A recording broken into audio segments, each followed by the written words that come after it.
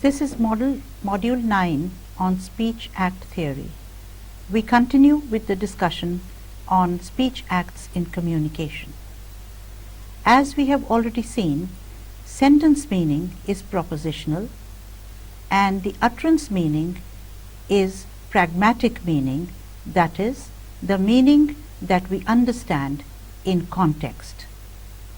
Sentence meaning can be one thing, and the illocutionary force can be different from that sentence meaning. Or sentence meaning can contain elements important for the interpretation of the speech act. We know that speech acts occur within certain contexts of utterance. It is in these contexts of utterance that they are enacted and understood. Speech acts are crucial within functional approaches to language description, as the force of an utterance is its actionable component, a part of its interpersonal meaning, that is, what language is being used to do, and this is a functional element. There are a wide variety of contexts and activities in which people use language. There are a wide variety of contexts and activities in which people use language. These contexts and activities are called activity types by Brown and Levinson. We can define an activity type as the broad frame under which particular interactions occur. Let's take the example of advertisements. Here we can say that the activity type is commercial, that is, of buying and selling. The addresser here is someone who knows about the product or uses it. The addressee is someone who is going to be a user of the product. The context is the immediate context of the need or demand for the product. The addressee does not know about it and needs to be informed. An advertisement would therefore have a direct speech act or force of directive. It would be put in an imperative form in a sentence such as, see this product or buy this product, which is a directive. So the direct speech act would be that of force. The advertisement context is a context of showing and telling, that is, of describing something and then telling someone about it and further directing the person to buy it. So it includes many illocutionary acts.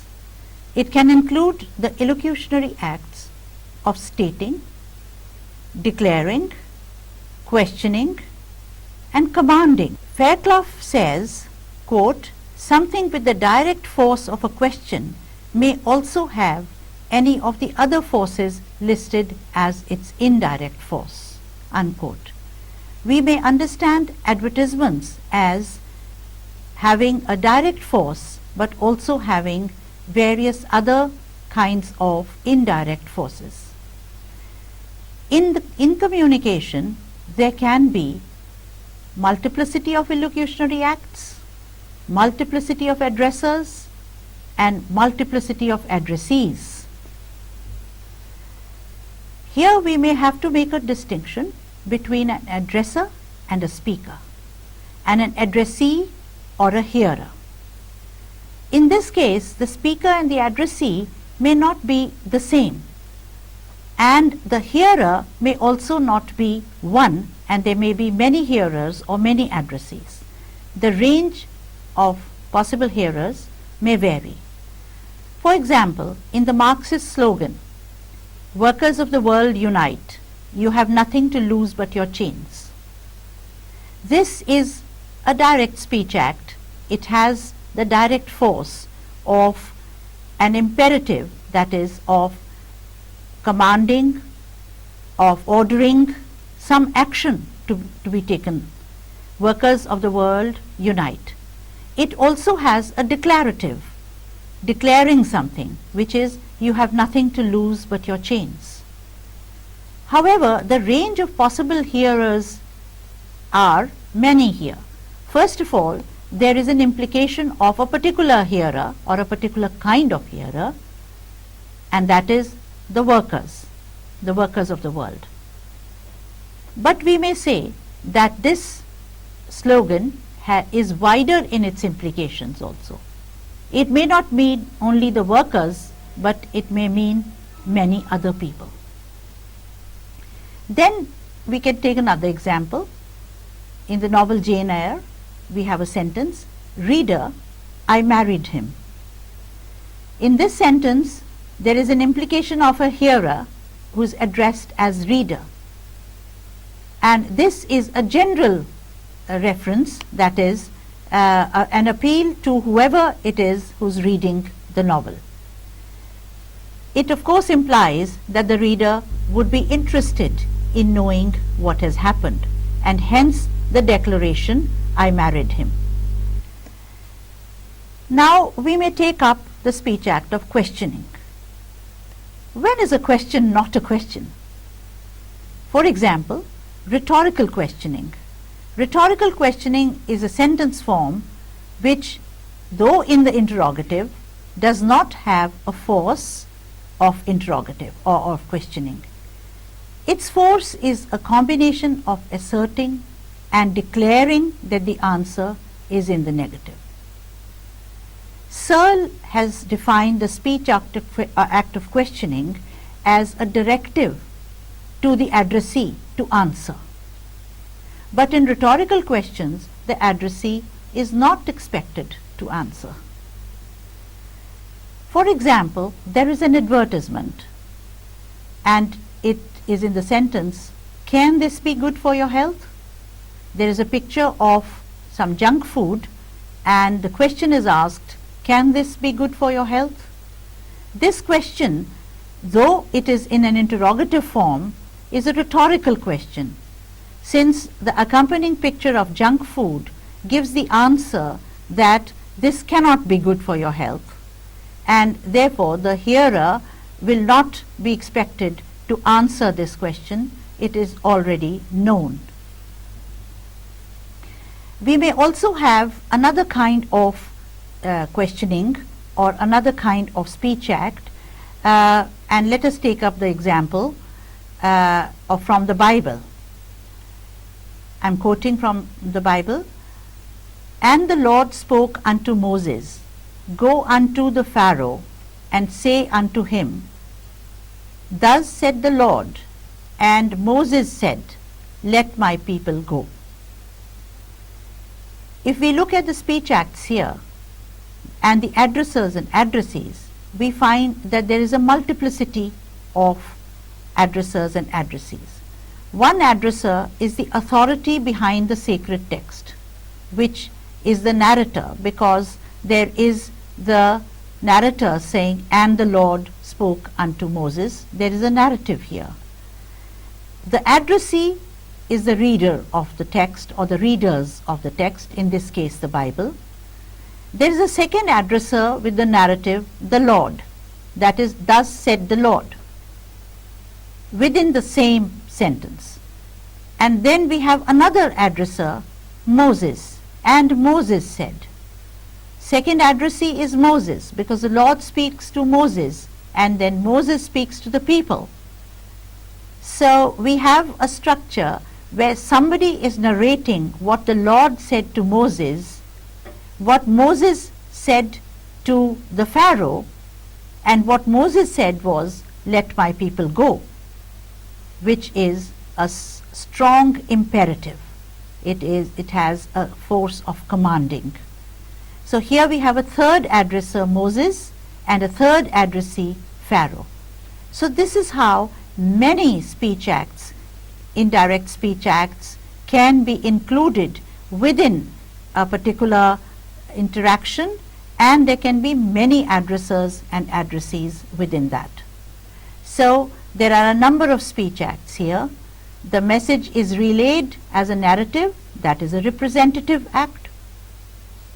The second is a directive to Moses, to perform another speech act, that is, to speak to the Pharaoh.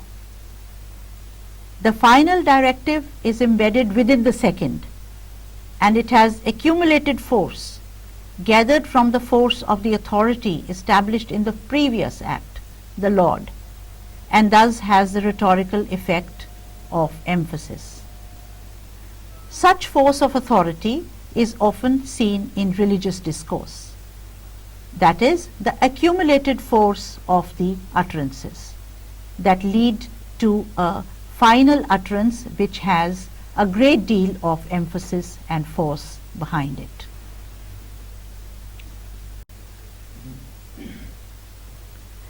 Let us analyze a speech act in an advertisement. It says, "Live life king size." The main directive here is to live life king size, and it is indicated that this can be done in various ways to make a single speech act of persuasion. The main speech act here is directive, that is, to live life king size. But as it is an advertisement for cigarettes, it cannot be a directive to smoke. Instead, aspects of a good life, indulgence and enjoyment are suggested by the directive, implying that the brand of cigarettes is part of that kind of life. This advertisement thus contains many speech acts, directive, of directing, but indirectly directing, and at the same time informing people about the good life. It goes on to give more information regarding the association of the product with the life of enjoyment. All these become directives to add up to the single macro speech act of persuading. Persuading is thus the most significant act in advertising, and it will be felicitous when the addressee responds appropriately and buys the product. Let us take another example. "I'm loving it." This example has a declarative sentence form. It is an unusual declaration in which the verb loving is in progressive form and works as an act of attention grabbing. The indirect speech act here is expressive, expressing the attachment to that particular object. Another indirect speech act is that of directing the hearer or the addressee to buy the product, telling the hearer about the goodness of that product. So taken together, all these speech acts in this context of the same advertisement, the same sentence, are part of the macro speech act of persuading. In the case of advertisements, we can see that the indirect elocutions do not negate the direct one, but reinforce them. This is what we mean by the macro speech act in advertising. We can go further to look at ambivalence and multivalence of speech acts in communication. As we have discussed, one utterance can have more than one force. This is related to the intentions of the speaker. The speaker may intend the hearer to register both forces of the utterance, but may leave the possibility of denying any offensive intention. For example, if a speaker says, "You look really good now that you have lost all that weight," it may be taken as complimenting, though it also has a disparaging intent which can be denied. This can be called ambivalence of speech acts in communication. A distinction can also be made between addresser and speaker, as has been mentioned. So if I say, "Can you speak quiet please, can you keep quiet please," to someone, I am an addresser and speaker. But if I say, "I have to ask you to be quiet," I am relaying a message from a higher authority. This is the manner of most official notices. For example, "Parking is not permitted here." The speaker thus gets distanced from the message, that is, becomes a passive transmitter, For example, you are not supposed to use this kind of language. Many wise sayings and common aphorisms have this distinction. Similarly, there can be several addressees. As we may consider in the example, a mother says, "It's time for you to leave for work, son." The son says, "Okay, I'm off." And the father says, "Have a good day." Here, the Mother's Speech Act is declaring that it's time to go. That is the Direct Speech Act. It's time for you to leave for work, directing the son to comply. That is the Indirect Speech Act. And the addressee is the son, who responds to show that he has understood the force of the mother's utterance. The other hearer, the father, has not been addressed, but has also heard and understood the message and made an utterance of wishing the son. This often happens in communication, and it can be called multivalence. Sometimes the speaker addresses one hearer but actually intends another person to overhear. For example, in the presence of a person who is eating in a particularly sloppy way, a speaker says to a companion, "Some people really don't have any manners." There are many such indirect ways in which speech acts are performed in many contexts of communication. These indirect ways generate implicature and are instrumental in creating effects of sarcasm, humor, etc. In literary works, we find that there is a multiplicity of speakers and accordingly a multiplicity of hearers. And this distinguishes this type of communication from advertising texts, which have more clearly defined targets in aims in terms of gender, age, class, etc., as we have already seen. Though many hearers may find an advertisement appealing in terms of performative effectiveness, the addressee going out to buy the product, a particular group or type is implicated in an advertisement. For example, the wealth of an addressee is indicated or implicated in advertisements for expensive cars, diamonds, etc. But characters within a play, for instance, would be addressing both each other and the audience. The addressees, readers, or hearers of literary works are multifarious. They could be anyone, spatially and temporally distant or near, or there may be specific indications regarding hearers within a text. The range of possible hearers may vary, as has been illustrated earlier in the consideration of the Marxist slogan. Within poetry, speakers have addressed hearers who can't possibly be expected to reply.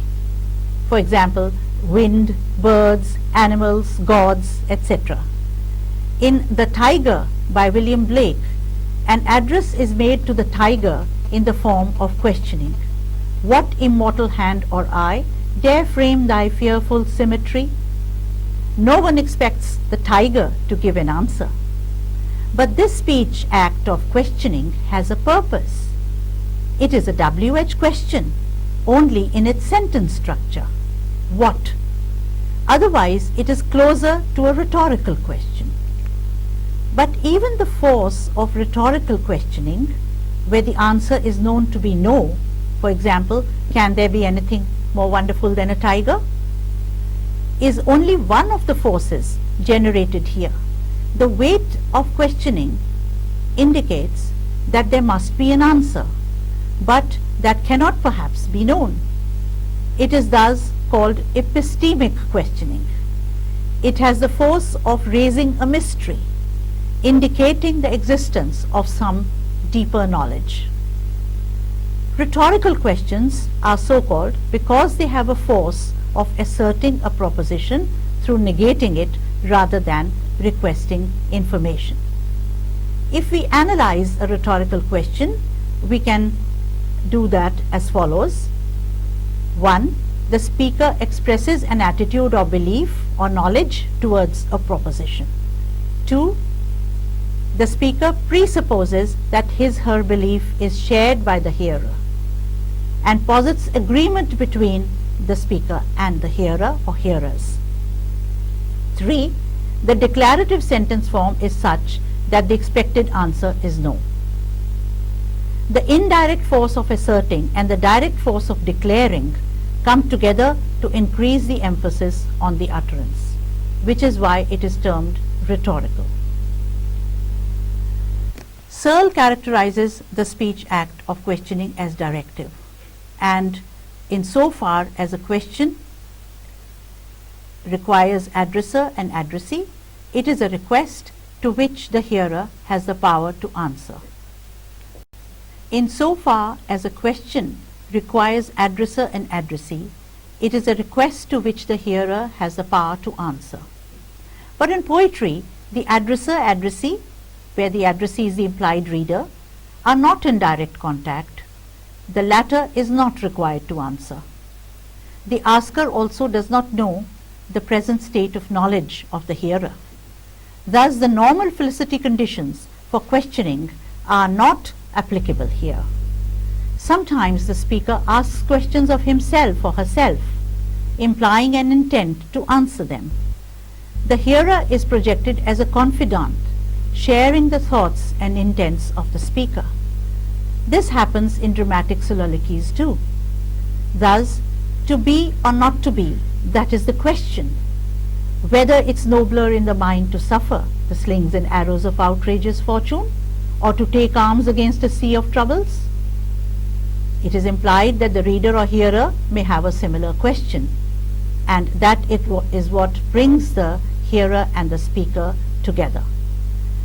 There are many complex and varied instances of speech acts in literature and in everyday interactions. Some examples have already been discussed, and we can find many other such examples in advertisements and in other kinds of communicative actions. Let's take an interesting example from P.G. Wodehouse's novel Frozen Assets. In this, there is a police sergeant speaking to Jerry Shoesmith. The sergeant is asking Jerry, who has lost his key, about the kind of key it is and the part of the key which is called the key bit. The sergeant says, "Now, can you tell me if your key bit is grooved?" Jerry says, "No." "Aha," he cried, "now we are getting somewhere. It is not grooved." "I don't know. You asked me if I could tell you if my key bit is grooved, and I'm telling you that I can't tell you." So here it is the sergeant asking, "Can you tell me?" And he says, "No." And the sergeant says, "Oh, it is not grooved." But Jerry says, "No, I mean to say I can't tell you whether it is grooved or not." So here the addresser within the narrative is the sergeant, the addressee is Jerry Shoesmith. The context of the story is that Jerry has lost his wallet and key and reported it to the sergeant. Now, in this interaction, the sergeant asks a question to know if Jerry's key bit is grooved. His "can you tell me" is what Leach has characterized as an anticipatory elocution. And the second elocution is the actual question, "Is your key bit grooved?" He assumes that Jerry's answer in the negative is an answer to the second elocution, but Jerry interprets the anticipatory elocution to be the real one. He then states his answer was that he cannot give the information that the sergeant asks, not that his key bit is not grooved. So this is often the case in humorous writing, where taking words or phrases at their face value without considering their logical significance can be quite funny. To summarize this unit, we have considered various ways in which speech acts are performed in communicative contexts. We notice that one utterance can have more than one elocutionary force simultaneously. Moreover, Communication is quite complex, and there can be differences between addressers and addressees, addressers and speakers, addressees and hearers or readers in any given context of utterance. It is the activity type in which particular speech acts occur that the specific interpretation of pragmatic meaning can take place. Some such types have been considered, as for example advertisements and literary texts. In these contexts, ambivalence and multivalence of speech acts is found to occur and can result in misinterpretation or effects such as humor and irony.